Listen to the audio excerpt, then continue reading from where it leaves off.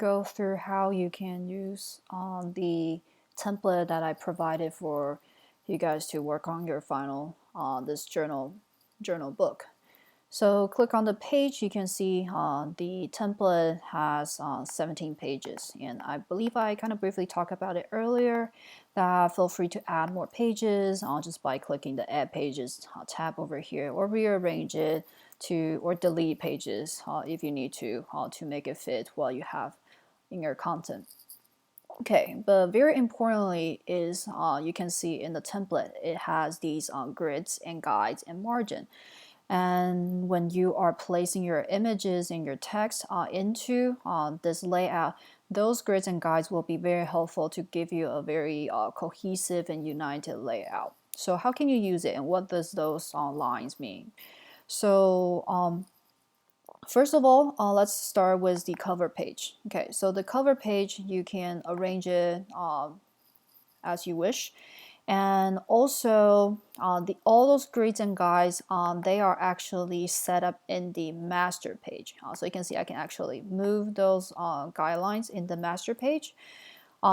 In this project, I don't really want you to change the kind of the setting of the margin and the guides. I'm just telling you because they are stored in the master page.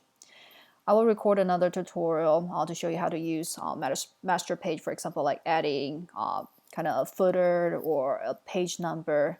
But now I'm just telling you those grids or guides are set up in the master page. So what does that mean? It means when you are open any new pages in your layout over here, they will all have the same master page design. Okay, so you can see all the guides, they will be automatically placed on all the new pages you added in here. And the cool part is you won't be able to select them. Okay, so you can see I'm trying to click on it, but they're kind of locked in the master page. Okay, so next, I want to go through what are those like lines mean. Some you can see they're blue, light blue. Some are purple. And when you zoom in, you can see more lines. Those are called baseline grid.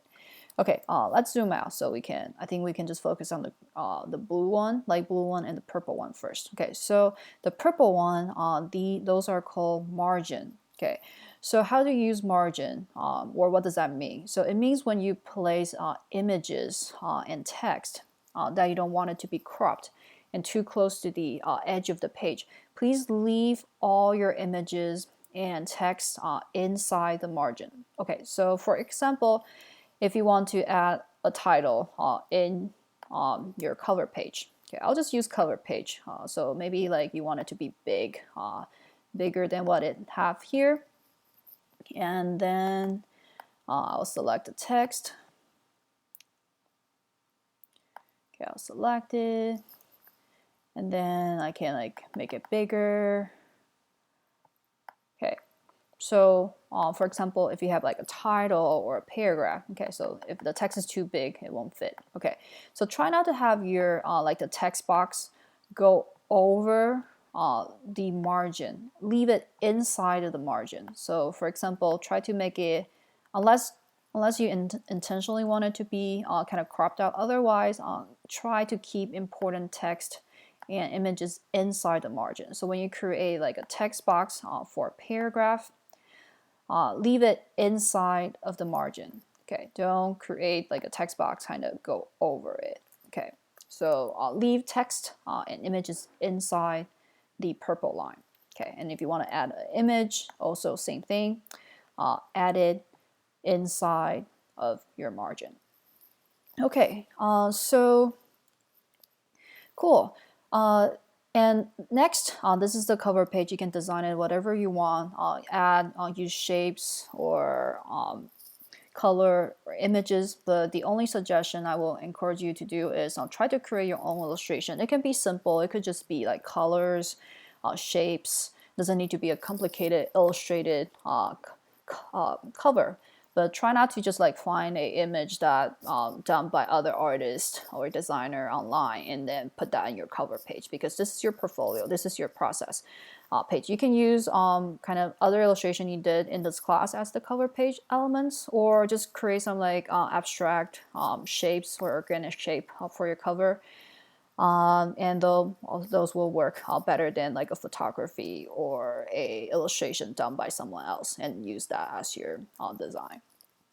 Okay, so the second page here, this is the actually the back of your cover page. Okay, so I'll try not to put, so usually like the back of the cover page should be white, or at least the same color.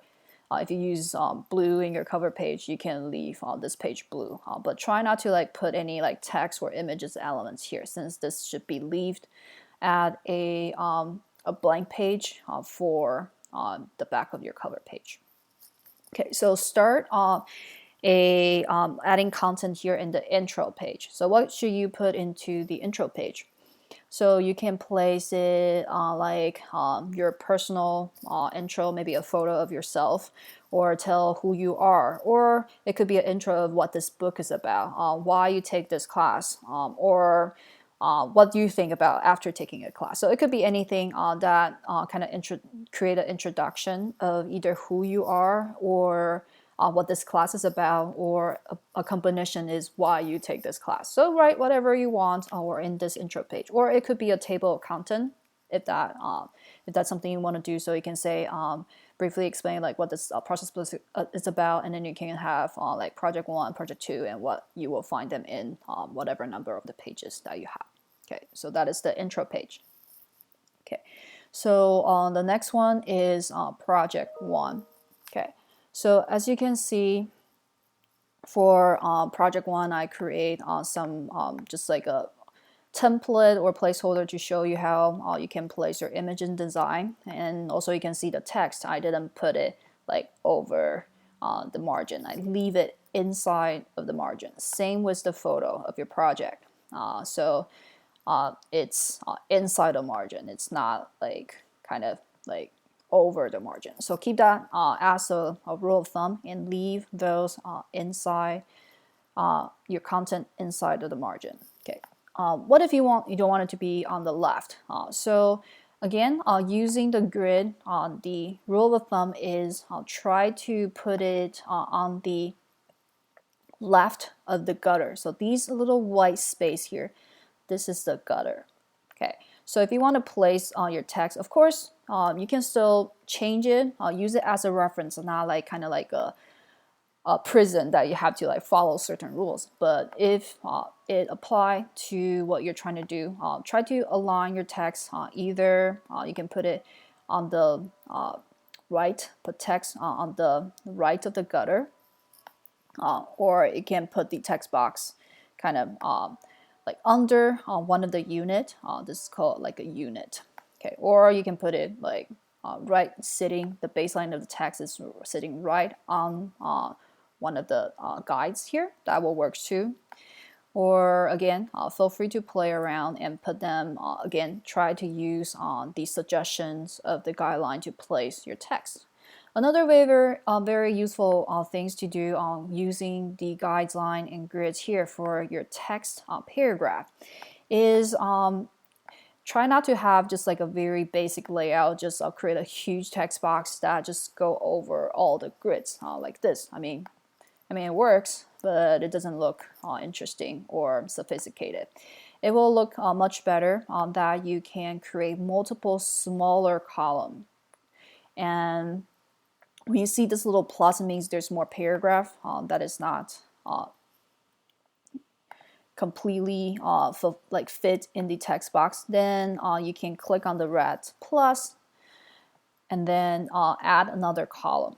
Okay, so you can see we have 1, 2, 3, 4, 5, 6 columns here in one page. So you can either do like, I think usually it looks probably the best. You can do like 2 by 2, so you can fit like 3 smaller column. Of course, you can also do like 2, 3 column. Okay, so in this way, yeah, I just need 3, and then it will fit all the text I have. Okay, so yeah, try not to just do like all 6 column for your paragraph. You can experiment, see if you can do 4 and leave 2 just for white space, or you can do like 3, or you can do 2, and then if it doesn't fit, then just create another column. Okay, so be playful on your layout using following the kind of the structure of the grid. Okay, and don't just like kind of ignore them. Okay, so after you have your layouts kind of set it up, you can hit W to hide the grid. Okay, so it can give you like a preview mode, also see how your layout look like without the grid. Okay, so same with photo. You can create using the rectangle frame tool. Okay, so what is the difference between the rectangle frame tool and the rectangle tool? Okay, so rectangle frame tool usually is used for placing an image, and the rectangle tool is usually used for creating a shape. Okay, so as you can see on this one is transparent, you don't see any outline. And if you use the rectangle tool, it will have a light outline. Okay, so usually if you use the rectangle frame tool, there should be a like a cross, a big X in the box. So mine is not showing up. So let me see if I can find that. Okay, so yeah, I just have to show frame edges. So it's under view extra show frame edges. Okay, so here we are. So this is kind of handy because now there's no image placed in this frame, but it indicates telling with the big X saying this is for like a unassigned frame, and later on this is for kind of like a placeholder that I'm going to put a image in here. Okay, and if you use a regular rectangle tool, it's fine. You can still place image inside of this box. Okay, actually let me just do it really quickly to show you like they both work. So I go to File, Place, okay, and then I will find the image folders I have for the class. Okay, I strongly suggest you to do the same thing. Create a folder that have all the text content and your like template and design file, and also a folder with all the image that you want to use, and categorize them correctly so you know how many image that you need to place in each of the project. Okay, so for example, I'll select the first one. Okay, as you can see now, its image is placed in there. Make sure the image is not distorted. You can click on those like different way to fit your content. Okay, so this one is probably the better. Fit content proportionally, so the image is not being kind of cropped. And then I will fit the frame with the content. Okay. Cool. If you don't see those options, just make sure you are checked with advanced instead of essential. I think if you check essential, probably it just doesn't have a lot of like things on the top. Okay, and then make sure your window is big enough. Otherwise, it might kind of get cramped on the right side of the panel. Okay. Okay, so see, it works fine. And then now after I place the image on the big X, is gone. So I can do the same thing with the regular, the frame rectangle tool. I can do the same, go to File, Place, and I'll choose another one. See, it works too. But keep in mind, because it has a stroke earlier, you can see I have a black stroke around the image. So what would that do? That stroke will stay there and make your image look like, yeah, a black frame kind of going around it. Okay, so you can see if I make my image fit, you can see the frame stay there, and that probably is not what you want. Okay, so if you just use the frame rectangle frame tool, then you won't have a stroke in beginning with, so you don't have to remove it. But if you use the rectangle tool, that's okay. You can select the frame and then just kind of either make the kind of the weight of the point 0, so it's gone, or just select a stroke and then check none. Okay, so that way the frame will no longer appear. Okay, so when you are placing your image using the frame, same thing. Try to use the grid for you as a reference. Okay, try not to just like place it randomly on the page. So use those guides so your image are properly aligned and make sure they're all on the same size. So here you can see the frame is a little bigger than the image, so I'll just click on this one. I'll fit frame to content. Okay, so now the frame and the image is the same. Okay, so you can see those two images, they are not the same size. Okay, so what can you do? Okay, so pretty easy. I mean, you can see the first one, it's aligned on the for like 2 column here. Okay, so this one, I just need to make it a little bit bigger. Make sure you're holding shift. Okay, if you want to make your image bigger, but now because I can when I just drag it, I'm only like selecting the frame. Okay, so I mean that works too. I just need to click on this and make my image fit the frame. Or another way I can do is if you want to scale the image instead of just scaling the frame, you can use the shortcut. Okay, the shortcut is Command. Okay, holding Command and drag, so that will like drag and scale the image. But keep in mind, you should probably do Command Shift. Okay, so that way your image is not going to be distorted. Okay, so I'll put it back here, and then hold Shift and Command and drag, and then I can scale my image and make sure it's aligned with the image on the top. Okay. Okay, cool. Okay, so again, try when you're dealing with image, also try to use the guides here to align them. Okay, another thing you can should keep in mind is when you have multiple image, you wanted to places next to each other, or like maybe I'll use text as an example. I think I mentioned that earlier. This little narrow kind of column, this is the gutter. Okay, so you should not place anything like in the gutter. The gutter is like the white space between content, different content. So it could be space up between like images, or it could be a space between text. Okay, so again, make sure if you have multiple column, try not to just like place them randomly. So the text should be placed on the right side of the gutter, and then it should stop on the left side of the gutter.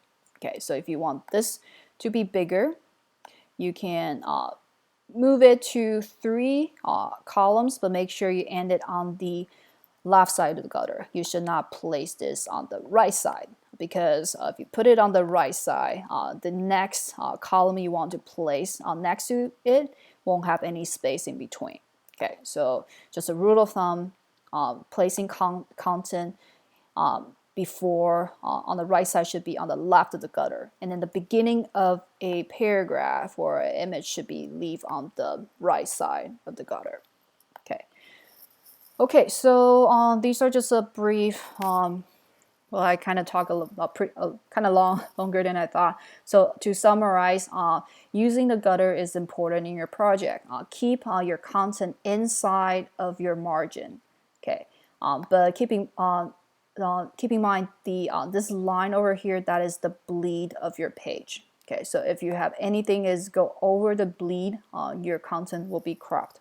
Okay, but you don't want to place, even though your text is not cropped theoretically, but you don't want it to leave it too close to the edge of the page, and you want all pages has a consistent white space. So the margin is a very handy kind of guidance for you to remind you to leave your text and image inside of the gutter. Okay, and then also learning how you can like where there's a 6 smaller columns inside the margin that you can place your images and text. So for text content, try aware that you have more option than just lay it out using the whole 6 column at once. You can break them apart into smaller columns, so your layout will look more sophisticated, and also this also help the legibility too. Okay, so hopefully it's clearly explained how you can use the guidelines and grids. And as a requirement, make sure you are aware of those guidelines and use them as a helpful tool to create a consistent layout for your process book.